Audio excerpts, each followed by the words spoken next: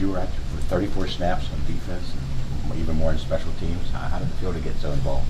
It felt great to finally get some college football experience out there. I mean, I do whatever I need to do to help my team, whether that's 5 snaps on defense and 100 snaps on special teams. So I'm in it for whatever duties he needs to put me in at. How do you feel this defense has kind of come along through 4 weeks, and where do you think you can go? I feel like we've grown incredibly since week 1. And every week I feel like we keep progressing tremendously in all facets of everything, really. And I just feel like we're going to continue doing that throughout the season. How deep is that secondary? I think it's probably one of the deepest positions on the team. I feel like we have versatility everywhere. I feel like a lot of the guys have a lot of experience back there, and then we have some younger guys who can really come in and make an impact. Were you nervous at all when you saw, Jason and Amari, go down against UCF? I mean, you doomsday scenarios run through your head at all, or are you just kind of let's go? I'm more like let's go. I mean, it's competition, so I bring it on. It's a part of the game. So.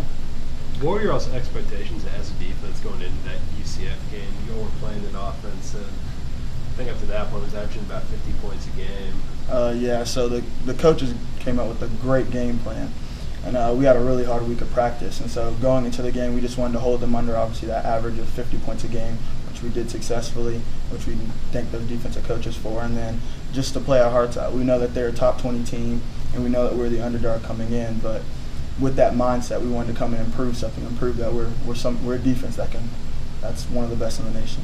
So assuming that those guys are going to be healthy now, do you still have a sense that you'll still be getting opportunities to play?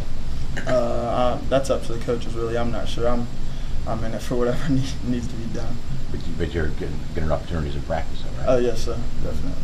I mean, you all held, when you take out these special teams, you all held UCF to 27 points.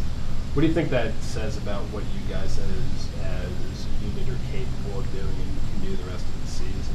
I think that's a tremendous statement to hold that team under that amount of points. But I think the defensive coaches came up with a great game plan, and we had a hard week of practice, and we went out there and executed and did everything they asked us to do. And I think moving forward, if we continue to do that, we'll continue to see results like this and maybe even better throughout the season.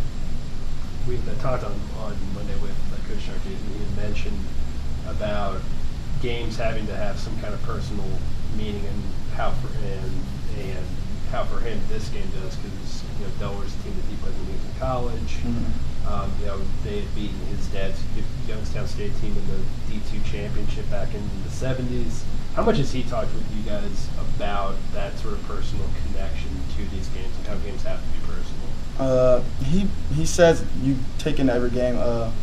You do it 1 week at a time, so you can't worry about what happened last week or what's coming up next week. You have to focus on the game that's coming up. And Delaware is a good team, good opponent. They're 3-1, I believe, and so they've earned their right to play. So I mean, we got to always respect our opponents, and that's what he preaches to us every day in the team meetings. What did you see from Delaware on video this week in your study? They're a very disciplined team.